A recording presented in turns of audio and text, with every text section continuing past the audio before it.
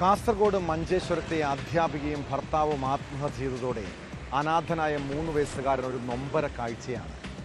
മകനെ ബന്ധുവിൻ്റെ വീട്ടിലാക്കിയാണ് കടമ്പാർ സ്വദേശി അജിത്ത്, ഭാര്യ ശ്വേത എന്നിവർ ജീവനൊടുക്കിയത്. മരിക്കുന്നതിന് മുൻപ് ആ കുരുതിനെപ്പറ്റി എന്തുകൊണ്ടാണ് അവർ ഓർക്കാതിരുന്നത്?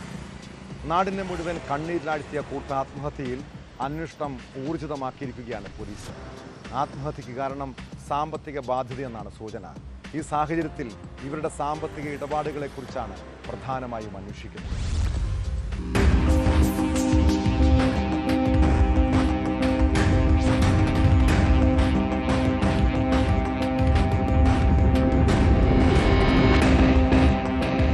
കടമ്പാർ ചെമ്പപ്പദവിലെ അജിത്, ഭാര്യ അധ്യാപികയായ ശ്വേത എന്നിവർ കഴിഞ്ഞ തിങ്കളാഴ്ച വൈകിട്ടാണ് ജീവനൊടുക്കിയത്. നാടിനെ നടുക്കിയ ആത്മഹത്യയിൽ മഞ്ചേശ്വരം പോലീസ് വിശദമായ അന്വേഷണമാണ് നടത്തിവരുന്നത്. ആത്മഹത്യക്ക് കാരണം സാമ്പത്തിക ബാധ്യതയാണെന്നാണ് കുടുംബാംഗങ്ങളും പരിസരവാസികളും പറയുന്നത്. ഈ സാഹചര്യത്തിൽ ഇവരുടെ സാമ്പത്തിക ഇടപാടുകളും ഇവരുമായി സാമ്പത്തിക ഇടപാടുകൾ നടത്തിയവരെ കുറിച്ചുമാണ് പോലീസ് പ്രധാനമായും അന്വേഷണം നടത്തിവരുന്നത്.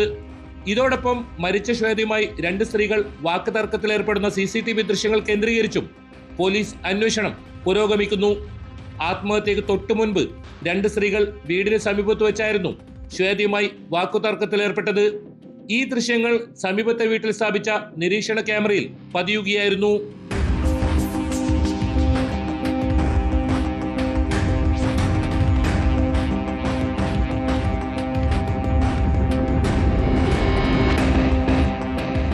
അതേസമയം ശ്വേതയുമായി തർക്കത്തിലേർപ്പെട്ടത് പണം ഇടപാടുകാരായ സ്ത്രീകളല്ലെന്നും ഇവരുടെ കുടുംബവുമായി അടുത്ത പരിചയമുള്ളവരാണെന്നുമാണ് പറയപ്പെടുന്നത്.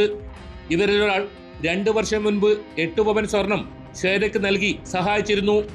എന്നാൽ പലതവണ ആവശ്യപ്പെട്ടിട്ടും ഇത് തിരികെ നൽകിയില്ല. തുടർന്ന് സഹോദരിമാരായ 2 സ്ത്രീകളും കൂടി തിങ്കളാഴ്ച വൈകുന്നേരം ഇവരുടെ വീട്ടിലെത്തി സ്വർണം ആവശ്യപ്പെട്ടു. അത് കയ്യിലില്ലെന്നും നേരത്തെ വിറ്റിരുന്നതായും ശ്വേത പറഞ്ഞപ്പോൾ വാക്കുതർക്കവും കയ്യേറ്റവും ഉണ്ടാവുകയായിരുന്നുവെന്നാണ് വിവരം. ഈ കാര്യങ്ങളെല്ലാം പോലീസ് അന്വേഷണത്തിലൂടെ മാത്രമേ വ്യക്തത വരികയുള്ളൂ. മരിക്കാനുള്ള കാരണം എന്താണെന്ന് വെച്ചാൽ, ഈ നാട്ടിൽ ചോദിക്കുമ്പോൾ, ഇവിടെ ഈ ചുറ്റത്ത് ചോദിക്കുമ്പോൾ ഒരു ഫൈനാൻസുകാരുടെ പ്രശ്നം ഉണ്ടായിന്.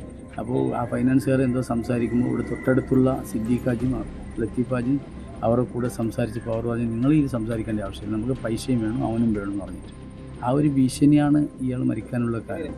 അജിത്തിന് സഹകരണ ബാങ്കിലും കടബാധ്യതയുള്ളതായി പോലീസ് കണ്ടെത്തിയിട്ടുണ്ട്. മരിച്ച ദിവസം തന്നെ ഇയാളുടെ ഫോണിലേക്ക് പണമിടപാടുകാരുടേതെന്ന് സംശയിക്കുന്ന ഫോൺ വിളി വന്നതായും സൂചനയുണ്ട്.